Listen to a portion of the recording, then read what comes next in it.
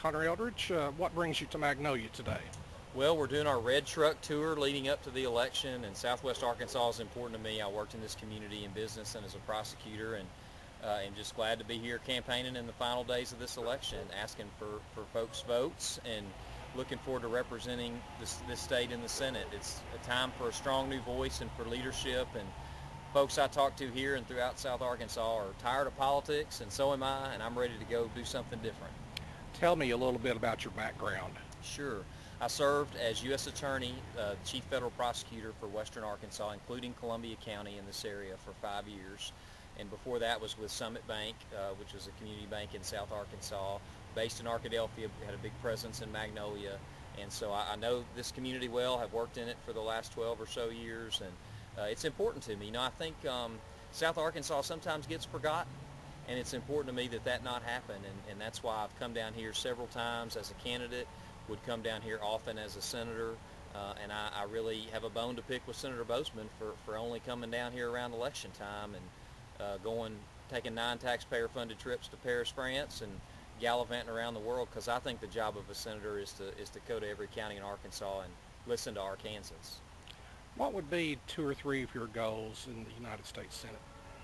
You know, the first bill I introduced will be to put life sentences on the table for child predators. You know, I think I saw some horrible crimes involving kids, just unspeakable things done to kids that really surprised me as a prosecutor, and it's a big priority for me as a prosecutor to lock those folks up, and I want to make sure that the statute has appropriate criminal punishment for those crimes. Also want to further the work I did with kids as a prosecutor to really reach kids in homes with crime. Those issues involving kids in our communities are so important to me.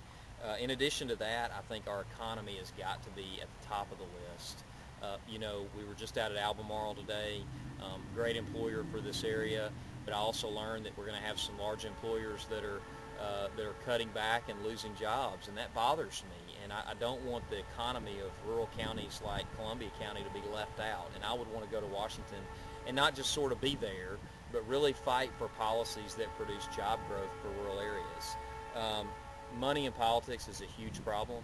I think it's out of control. My opponent's funded by big PACs out of Washington, and that's why one of the first things I do will be to take on complete change in our campaign finance system and support laws that would do that. So those are just a few things. The bottom line is I'm in this race to do what I did as a prosecutor, to solve problems, to get results, to make things happen, and to work with anybody in either party to do that. And that's why I'm running. That's why I'd love to have folks vote for our campaign and vote for me, and I would love to work with them in the U.S. Senate. Something that would really help the South Arkansas economy would be for the housing market to pick up because of our lumber and other products that we produce here in this region.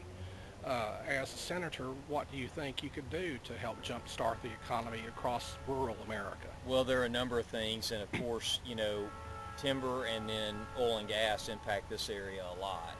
And we need to make sure we cut regulations. I think cutting bureaucracy to empower entrepreneurs has got to be a critical part of what we do. You know, those are certainly commodity markets that are going to fluctuate, but in tough times like this, we've got to make sure that we have the appropriate policies in place to make a difference and to create the most conducive environment that we can.